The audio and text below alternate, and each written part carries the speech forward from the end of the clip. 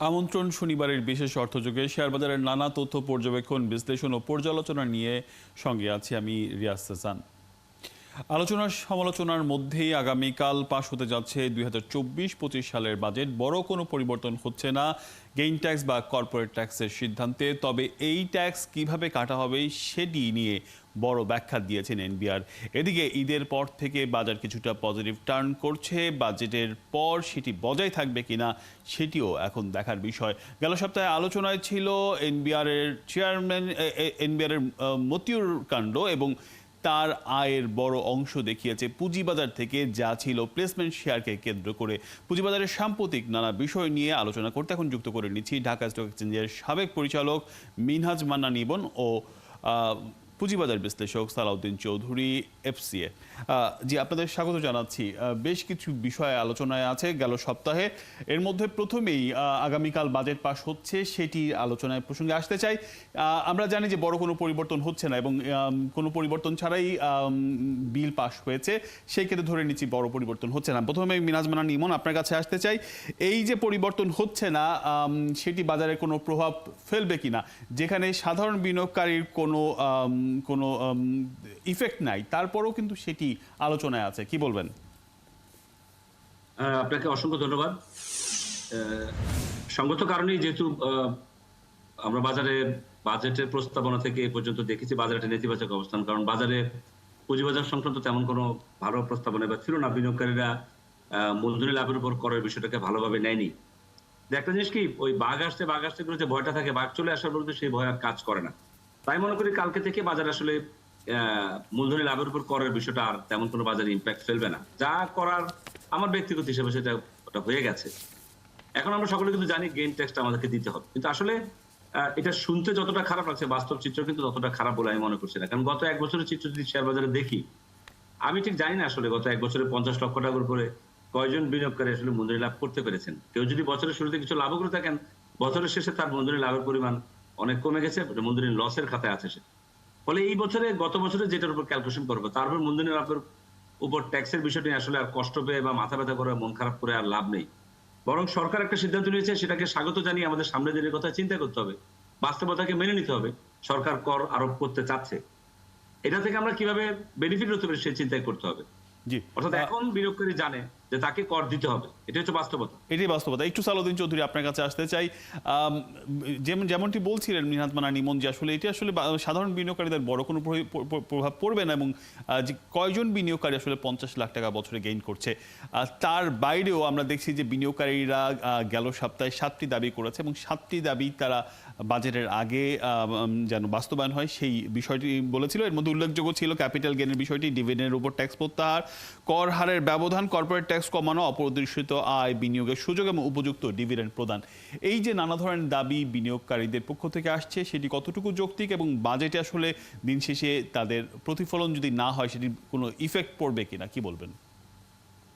ধন্যবাদ ৭১ টিভিকে। আমার সোহাগ সাহেব যথেষ্টই বলছেন। মানে অ্যাকচুয়ালি আমরা বোঝা উচিত যে যখন বাজেটে এই ঘোষণাটা আসলো যে ক্যাপিটাল গেইন ওভার ট্যাক্স হবে, আসলে মানে মোস্ট অফ দ্য পিপল যারা রিটেল ইনভেস্টর বলি, তাদের কতজনের মাসিক ইনকাম ক্যাপিটাল গেইনই বাদ দিয়ে মাসিক ইনকামই যে মানে বাৎসরিক যদি ইনকাম হিসাব করা হয়, তো 50 লাখ টাকা তার বার্ষিক ইনকাম আছে কিনা, রেগুলার ইনকাম যদি চিন্তা করা হয়, সো এটা দ্বারা আসলে সাধারণ বিনিয়োগকারী এফেক্টেড হওয়ার কথা না। যেটাকে তারপরও আমরা আমাদের মার্কেটে হয় কি, ধরেন এটা হিস্টোরিক্যাল দেখা গেছে যে কোনো একটা নিউজকে সবসময় নেগেটিভলি একটা ইউজ করার টেন্ডেন্সি থাকে। But as a whole economy যখন ভালো করে, এই জিনিসগুলোকে আমরা হাইলাইট করি না। ইউজুয়ালি আমাদের গত কয়েক দশকে যদি বলি যে আমাদের ইকোনমি যেভাবে বাড়ছে, তখন তো মার্কেট যেভাবে ভালো হওয়ার সেটা বাড়ে নাই, তখন আমরা কিন্তু সেটা বলি নাই। বাট ভালো ইফেক্টটা আসে না। বাট কোনো একটা নেগেটিভ মানে যদি নিউজ আসে, সেটা কতটুকু রিলেভেন্ট মানে জেনারেল ইনভেস্টরের জন্য, সেটাকে আমরা ওভাবে হাইলাইট করতে পারি না। যার কারণে মার্কেটটা আমাদের সবসময় একটা মানে বলা হচ্ছে যে চ্যালেঞ্জিং আমরা ফেস দিয়ে যাচ্ছি। তো আমার মনে হয় না আমরা সাধারণ ইনভেস্টর যারা খুব বেশি ইনভেস্টর এটা ইফেক্টেড হবে। আর ইউজুয়ালি ধরেন হয় কি, ইনকাম ট্যাক্সের কনসেপ্ট এটা এমন, যার এবিলিটি যত সে তত বেশি ট্যাক্স দিবে। এটাকে আমরা বলি progressive tax rate. So 50 lakh যার ইনকাম ক্যাপিটাল গেইন থেকে, সে তো আসলে আপার ক্লাস পিপল যদি ইনকাম চিন্তা করা হয়, সেক্ষেত্রে এটা কোয়াইট লজিক্যাল ইনকাম ট্যাক্সের যে ট্যাক্সোনমি কিছু গুলো মার্কেট আছে। মুভার থাকে, বিশেষ করে যারা যাদেরকে আমরা গ্যামলার বলছি অথবা বড় পুঁজি নিয়ে ব্যক্তি শ্রেণীর যারা আসছে তাদের প্রভাব পড়বে, এবং তারা যেহেতু মার্কেট মুভার তারা এই বাজারে প্রভাব ফেলতে পারছে কিনা ছোট করে। না, সেটাই, ওটাই বড় সমস্যা যে আমাদের হয় কি, আপনি যদি দেখেন, যে আমি এটা একটু বলতে চাচ্ছিলাম, আপনি যদি আমাদের মার্কেট প্যাটার্নটা দেখেন, ডিএসসি ডাটা দেখেন, দেখবেন এখানে আমাদের রিটেল ইনভেস্টর হচ্ছে 20%, আর ওভারঅল যদি আপনি ইনস্টা ইনভেস্টর বলেন, তারপরে আমাদের ফরেন ইনভেস্টর, দেন ডিরেক্টর স্পন্সর, এদের মূল্যে কিন্তু আপনার 80%, 80% কিন্তু ওনারা ওন করে, আর 20% জেনারেল ইনভেস্টরের মধ্যে কিন্তু মোস্ট অফ দ্য পিপল দেখা যাচ্ছে, ধরেন হয় কি, যেটা বললাম যে এদের ইনকাম তো আসলে ইনকামই করতে পারতেছে না, ওভার দ্য ইয়ার লস করতেছে। সো ওই জায়গাতে আহ, দিনের শেষে গিয়ে যেটা হয় আসলে, কয়েকজন লোক যেটা এইরকম ভালো ইনকাম করে, 50 লাখ ইনকাম করে, তারা সবসময় এই জি, সুযোগটাকে, এই নিউজটাকে ইউজ করার চেষ্টা করে। সেরকমই করা হচ্ছিল আসলে, এরকম জি। আমাদের মার্কেটে এমন কিছু হয় না যার অর্থাৎ কারণে বাজারে যা দেখলাম। অর্থাৎ বাজারে সাধারণ বিনিয়োগকারীদের প্রভাব না পড়লেও কিছু গুটি কয়েক যারা মার্কেট মুভার তাদের প্রভাবের উপরেই নির্ভর করে এতদিন মার্কেটটা আনস্টেবল ছিল। আলোচনাটা এখানেই শেষ করতে চাই, একটা বিরতি নিচ্ছি, আপনারা থাকুন। বিরতির পর আসলে এনবিআর কর্মকর্তা এবং সম্প্রতি ডিএসসির যে কর্মকর্তার বিরুদ্ধে অভিযোগ এসেছে সেটি নিয়ে আমরা আলোচনা করব। আলোচনায় যেতে চাই, ঢাকা স্টক এক্সচেঞ্জের স্বতন্ত্র পরিচালক আব্দুল্লাহ আল মামুনের বিরুদ্ধে অভিযোগ এসেছে এবং একই সাথে মতিউর কাণ্ড তো আছেই। আমাদের সাথে যুক্ত আছেন ডিএসসি সাবেক পরিচালক মিনহাজ মান্নান এবং পুঁজিবাজার বিশ্লেষক সালাউদ্দিন চৌধুরী এফসিএ। জি, মিনহাজ মান্নান নির্মল, আপনার কাছে আসতে চাই। বেআইনি এবং অনৈতিকভাবে শেয়ার লেনদেনের অভিযোগ উঠেছে ঢাকা স্টক এক্সচেঞ্জের স্বতন্ত্র পরিচালক আব্দুল্লাহ আল মাহমুদের বিরুদ্ধে। রক্ষকই যখন ভক্ষক হয় তখন বাজারে কি অবস্থা হতে পারে? সাবেক পরিচালক হিসেবে এটা নিয়ে আসলে মন্তব্য করা আমার জন্য কিছুটা বিব্রতকর। আহ, অভিযোগ উঠেছে, আসলে অভিযোগটি প্রমাণিত হবার একটা বিষয় আছে এখানে। একজন সম্মানিত ইউনিভার্সিটির শিক্ষক, উনি ট্রানজাকশন করতে পারেন, এই বিষয়ে কোনো আইনে বিধিনিষেধ নেই, কিন্তু সেখানে ডিক্লেয়ার করতে হয় যে ঢাকা শহর পরিচালক হিসেবে আমি যখন ছিলাম তখন আমাকে আসলে ডিক্লেয়ার করতে হতো যে আমরা কি ট্রানজাকশন করি। ট্রানজাকশন করার ক্ষেত্রে বা বিনিয়োগ করবার ক্ষেত্রে কোনো আইনি বাধা নেই। প্রশ্ন হচ্ছে আপনি সেটা ডিক্লেয়ার করছেন কিনা, বা আপনি আসলে কি প্রক্রিয়ায় পর্যায়ে ট্রানজাকশনটা করছেন, সেখানে কোনো আইনি ব্যত্যয় হয়েছে কিনা। তো সেটা একটা অভিযোগ আকারে এসেছে, কিন্তু একেবারেই রক্ষক ভক্ষক এই জাতীয় কোনো কনক্লুশন এখনো ড্র করার মতো পরিস্থিতি হয়েছে কিনা আমি জানি না। আমি যতটুকু দেখেছি যে এফআইডি থেকেও কিন্তু সিভিল এক্সাইজ কমিশনকে একটা তদন্ত কমিশনের কথা বলেছে, ঢাকা স্টক এক্সচেঞ্জ তদন্ত করছে। সবগুলো বিষয় শেষ না হওয়া পর্যন্ত একেবারে শেষ কথাটা বলবার মতো সময় বোধহয় এখনো আসেনি বলে মনে হচ্ছে। সেক্ষেত্রে মতিউরের প্রসঙ্গে যদি অল্প কথায় যদি ব্যাখ্যা দিতেন আসলে। এবং সেটা বরঞ্চ বেশি গুরুত্বপূর্ণ, যেটা ঢাকা স্টক এক্সচেঞ্জ প্রায় 2018 সাল থেকে 19 সাল পর্যন্ত একটানা ঢাকা স্টক এক্সচেঞ্জ চেষ্টা করেছে যে অবৈধ প্লেসমেন্ট গুলি বন্ধ করবার চেষ্টা কিন্তু তৎকালীন বোর্ড করেছিল, এবং সেটা করতে আমরা আসলে ব্যর্থ হয়েছিলাম। কারণ আমরা তখন অভিযোগ করতাম, যখনই কোনো আইপিও স্টক এক্সচেঞ্জে আসতো, স্টক এক্সচেঞ্জ প্রতিটি আইপিও কিন্তু কমিটি যখন এই ধরনের অবৈধ প্লেসমেন্ট দেখতো বা টাকা জমা না দিয়ে প্লেসমেন্ট নেওয়ার যেটা প্রবণতা, তখন ঢাকা স্টক এক্সচেঞ্জ আবিষ্কার করে এবং সেটাকে কিন্তু তারা বাতিল করবারও চেষ্টা করতে। পরবর্তীকালে সেই সকল আইপিও কিন্তু বাজারে এসেছে, যেটা বাজার আসলে ধ্বংসের আজকের অন্যতম কারণ বলে মনে করি।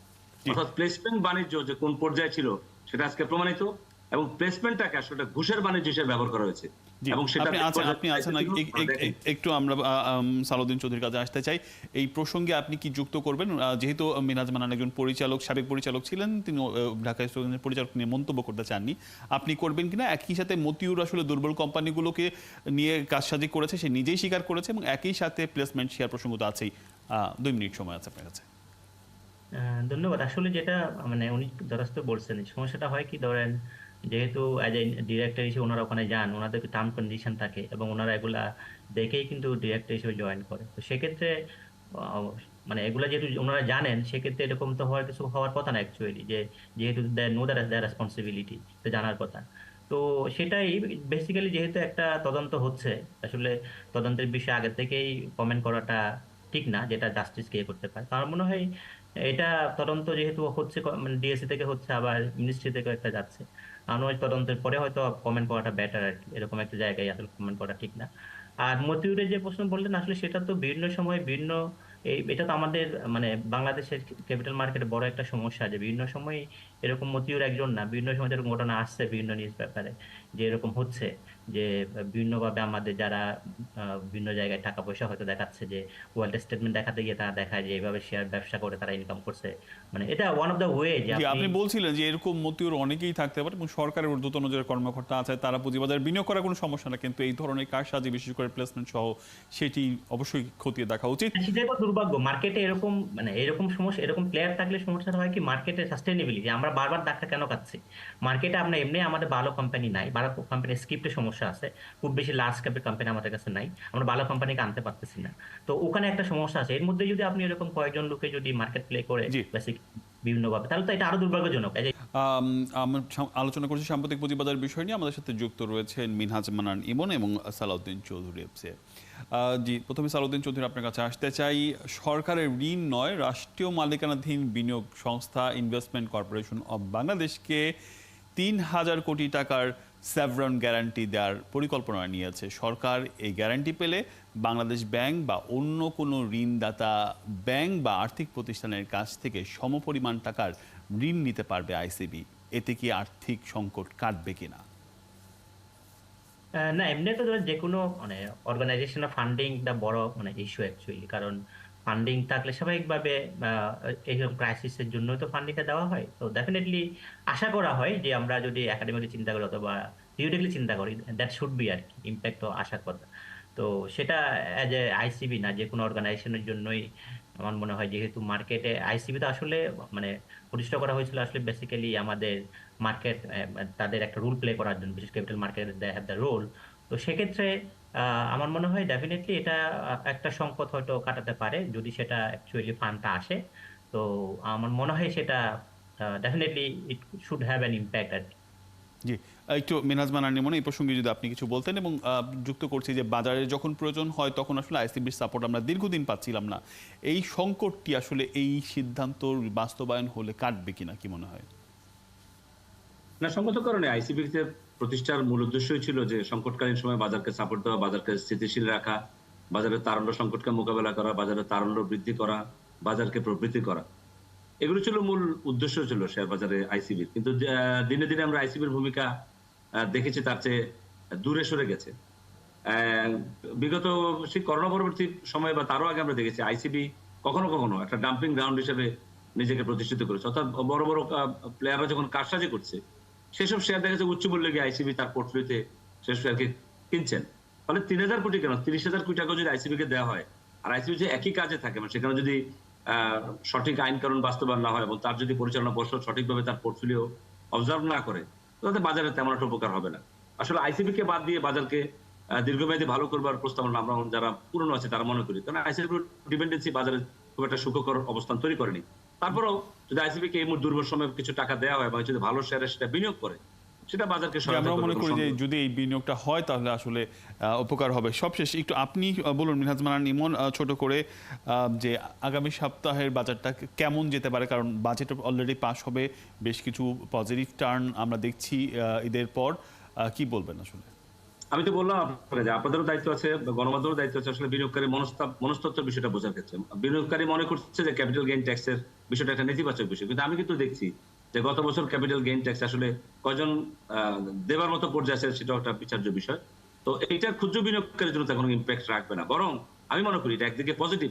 যারা কালোবাজারি চক্র, যারা দুষ্ট চক্র, যারা ঘুষ বাণিজ্যের মাধ্যমে প্লেসমেন্ট শেয়ার নিয়ে শত শত কোটি টাকা গেইন ট্যাক্স করেছিল, এনবিআর তাদেরকে আইডেন্টিফাই করেছে, যে কারণে মনে করি সরকার অসন্তুষ্ট হয়েছে বাজারের উপর যে একটি চক্র জি, প্লেসমেন্ট বাণিজ্য করে শত শত কোটি টাকা গেইন করেছে, বিনিময়ে তারা কোনো কর দেয়নি।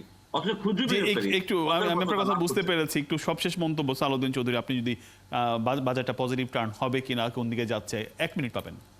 আমি আশাবাদী, কারণ এর আগে বিশেষ করে মে মাস এপ্রিল মাসে বেশ কিছু শক ছিল মার্কেট। আপনারা জানেন যে ক্রলিং প্যাক নিয়ে একটা ইয়ে ছিল, ক্যাপিটাল গেইন ট্যাক্স, দেন বিভিন্ন মানিটারি পলিসিতে আমাদের রেটটা বাড়তেছিল। তো ওটা ওই ইফেক্ট গুলোকে নিউট্রালাইজ হবে, শকটা মার্কেট নিয়ে নিছে অলরেডি। এই শকগুলা অনেকগুলা শক যদি একসাথে ছিল ওই সময়।